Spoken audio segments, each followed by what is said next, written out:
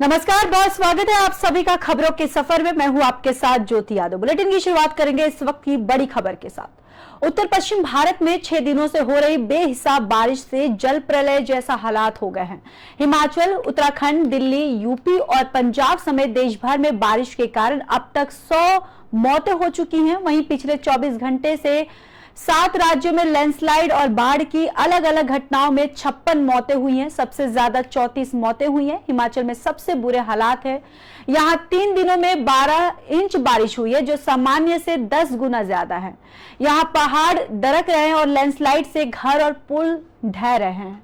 मौसम विभाग ने अगले 24 घंटे में राजस्थान, मध्य प्रदेश समेत 24 राज्यों में भारी बारिश का अलर्ट जारी किया है। वहीं हिमाचल में 12 जुलाई तक 12 में से 10 जिलों में रेड अलर्ट जारी किया गया है। दिल्ली में यमुना नदी का वाटर लेवल खतरे के निशान के पार है और वहीं शाम 8 बजे तक नदी का पानी 205.67 मीटर बह रहा था। दरअसल पीएम मोदी ने बाढ़ और बारिश के हालातों को लेकर मंत्रियों और अधिकारियों से बातचीत की है। उन्होंने पीएमओ के मुताबिक प्रशासन और एनडीआरएफ और एसडीआरएफ की टीमें रेस्क्यू में जुटी हुई हैं। वहीं बीते 10 जून को यहां देश भर में 60% बारिश की हुई थी और अब वही सामान्य से 2% ज्यादा है। 10 जुलाई तक सामान्य बारिश 248 मिमी होती थी। अब यह आंकड़ा इसे पार करके 254 मिमी हो गया है, जो 2% ज्यादा है। उत्तर भारत में मानसून के दौरान पश्चिमी विक्षोभ आने से पिछले 3 दिन से मूसलाधार बारिश हुई है। चूंकि दोनों ही बड़े मौसमी सिस्टम हिमाचल में टकराए हैं और इसलिए वह सर्वाधिक असर दिखा है। जब भी मानसून और पश्चिमी विक्षोभ मिलते हैं और तो देश में पश्चिमी हिमालय क्षेत्र में भारी बारिश होती है। पश्चिमी विक्षोभ आमतौर पर नवंबर से मार्च के दौरान महीने में 3 से 4 बार आते हैं और पहाड़ों पर बर्फबारी लाते हैं, फिर इनकी संख्या घट जाती है।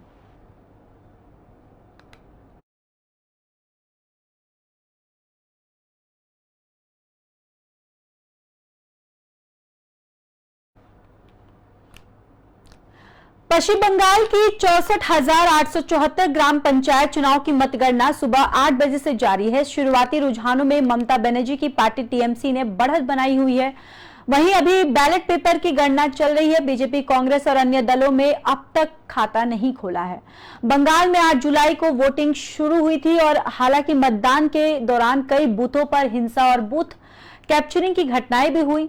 वहीं 65% मतदान हुआ था। शिकायतों के बाद चुनाव आयोग ने सोमवार को 19 जिलों के 697 बूथों पर दोबारा वोटिंग करवाई थी। वोटिंग में 69.85% हुई और हिंसा, आपको बताते चले कि राज्य में 8 जून को चुनाव का शेड्यूल सामने आया था। इसके बाद से राज्य में हिंसा की खबरें भी आ रही थी। 8 जून से 7 जुलाई तक हिंसा में 19 लोगों की जान गई थी। वहीं 8 जुलाई को अलग अलग घटनाओं में 17 लोगों की मौत हो गई है। आज 32 दिन बाद राज्य में हिंसा के चलते जान गंवाने वालों की संख्या 36 हो गई है।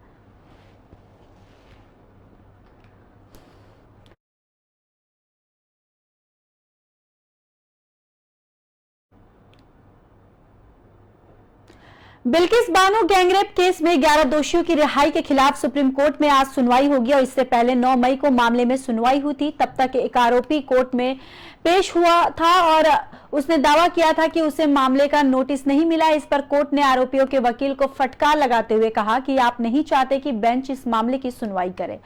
अगर नोटिस नहीं मिला तो अखबार में छपवा दीजिए, और लेकिन कोर्ट इस वजह से बार बार सुनवाई टाल नहीं सकती। पिछली सुनवाई में केंद्र और गुजरात सरकार की ओर से कोर्ट में पेश हुए वकील ने बिल्किस की याचिका को फर्जी बताते हुए कहा है कि उन्होंने अपने हल्फनामे में झूठ बोला है।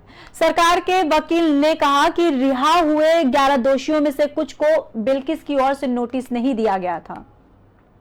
इसके बाद भी बिल्किस ने कोर्ट में दाखिल हल्फनामे में बताया कि सभी दोषियों को नोटिस दे दिया गया है। इसके लिए बिल्किस बानो के खिलाफ कार्रवाई होनी चाहिए।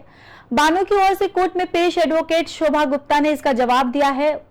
उन्होंने कहा है कि मैंने सभी दोषियों को मेल पर नोटिस भेज दिया था। गुजरात सरकार ने 11 दोषियों की रिहाई के मामले में सुभाषिनी अली और महुआ मोइत्रा की ओर से दाखिल याचिकाओं पर सुनवाई का भी विरोध किया था। वकीलों ने कहा कि उनकी याचिकाओं का केस से कोई संबंध नहीं है और साथ ही हमें बानो की याचिका पर आपत्ति है और इस पर सुनवाई की तो यह भानुमति का पिटारा खोलने जैसा होगा। तो बिल्किस बानो गैंगरेप केस में आज सुनवाई है। 11 दोषियों की रिहाई के खिलाफ आज सुनवाई होगी। दरअसल आपको बताते चले कि कोर्ट ने आरोपियों के वकील को फटकार लगाते हुए कहा था कि आप नहीं चाहते हैं कि बेंच इस मामले की सुनवाई करे, अगर नोटिस नहीं मिला तो अखबार में छपवा दीजिए, लेकिन कोर्ट इस वजह से बार बार सुनवाई टाल नहीं सकता।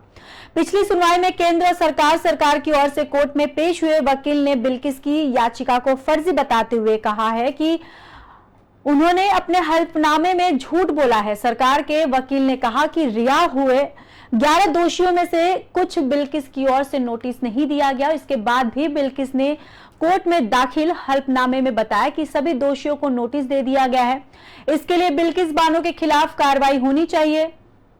बानो की ओर से कोर्ट में पेश एडवोकेट शोभा गुप्ता ने इसका जवाब दिया है। मैंने सभी दोषियों को मेल पर नोटिस भेज दिया था। गुजरात सरकार ने 11 दोषियों की रिहाई के मामले में सुभाषिनी अली और महुआ मोत्रा के ओर से दाखिल याचिकाओं पर सुनवाई का विरोध भी किया था। वकीलों ने कहा कि उनकी याचिकाओं का केस से कोई संबंध नहीं है।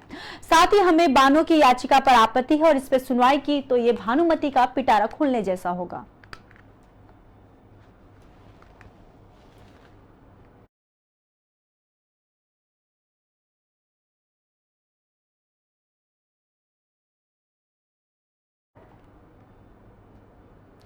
सुप्रीम कोर्ट आज जम्मू कश्मीर से आर्टिकल 370 हटाने के फैसले को चुनौती देने वाली 20 से ज्यादा याचिकाओं की सुनवाई करेगा और 30 जुलाई को समर वेकेशन के बाद कोर्ट खोलते ही प्रेस रिलीज जारी कर यह जानकारी दी गई थी।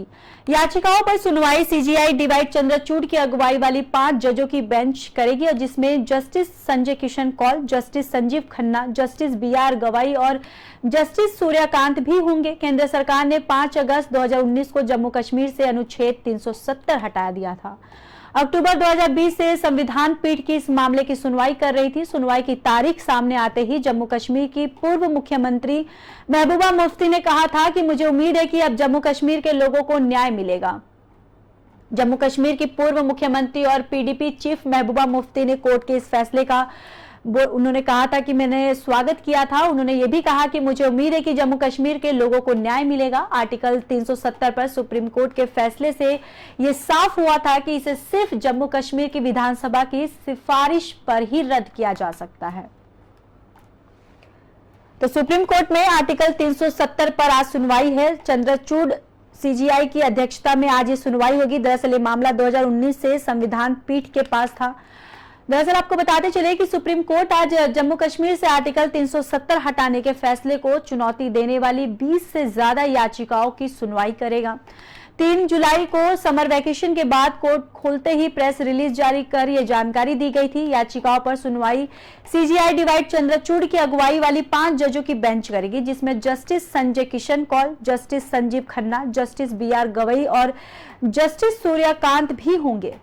केंद्र सरकार ने 5 अगस्त 2019 को जम्मू कश्मीर से अनुच्छेद 370 हटा दिया था। अक्टूबर 2020 से संविधान पीठ इस मामले की सुनवाई कर रही है। सुनवाई की तारीख सामने आते ही जम्मू कश्मीर की पूर्व मुख्यमंत्री महबूबा मुफ्ती ने कहा था कि मुझे उम्मीद है कि अब जम्मू कश्मीर के लोगों को न्याय मिलेगा।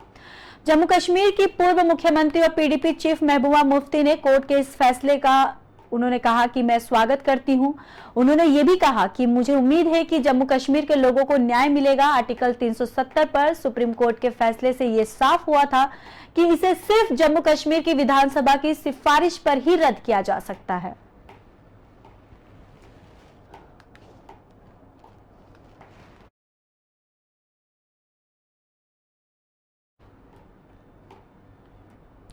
जम्मू कश्मीर पुलिस ने सोमवार को प्रतिबंधित अलगाववादी संगठन जेकेएलएफ और हुर्रियत को फिर से एक्टिव करने के लिए काम कर रहे 10 आतंकियों को गिरफ्तार किया है। पुलिस ने बताया कि आतंकी पाकिस्तान में बैठे अपने मालिकों के ऑर्डर पर मीटिंग कर रहे थे और पुलिस प्रवक्ता ने कहा कि इन लोगों के खिलाफ पहले से ही कोठी बाग पुलिस स्टेशन में गैरकानूनी एक्टिविटी करने का मामला दर्ज है। शुरुआती जांच में पता चला है कि ये विदेशी संस्थाओं के संपर्क में थे। इनमें से कुछ लोग जेकेएलएफ के फारूक सिद्दीकी और राजा मुजफ्फर की अध्यक्षता वाले कश्मीर ग्लोबल काउंसिलिंग जैसे अलगाववाद का प्रचार भी करते हैं। उन्होंने बताया कि आज हो रही बैठक के इस दौरान आतंकियों को पकड़ा गया था। पकड़े जाने के बाद से आतंकियों ने बैठक के मुद्दे को लेकर मनगढ़ंत कहानियां बताई, जबकि बैठक का असली एजेंडा प्रतिबंधित संगठनों को फिर एक्टिव करने की रणनीति पर चर्चा करना था। जांच में यह भी पता चला कि 13 जून 2023 को भी ऐसी ही एक बैठक हुई थी, जिसमें ज्यादातर लोग शामिल हुए थे। उन्होंने बताया कि गिरफ्तार किए गए आतंकियों की पहचान मोहम्मद यासीन भट्ट पुत्र मोहम्मद भट्ट, मोहम्मद रफीक पहलू पुत्र मोहम्मद हसन, शम्स युद्दीन रहमानी पुत्र अमीर अहमद के रूप में हुई है। साथ ही बताया कि पूरे मामले की जांच की जा रही है, कुछ और गिरफ्तारियां भी हो सकती हैं।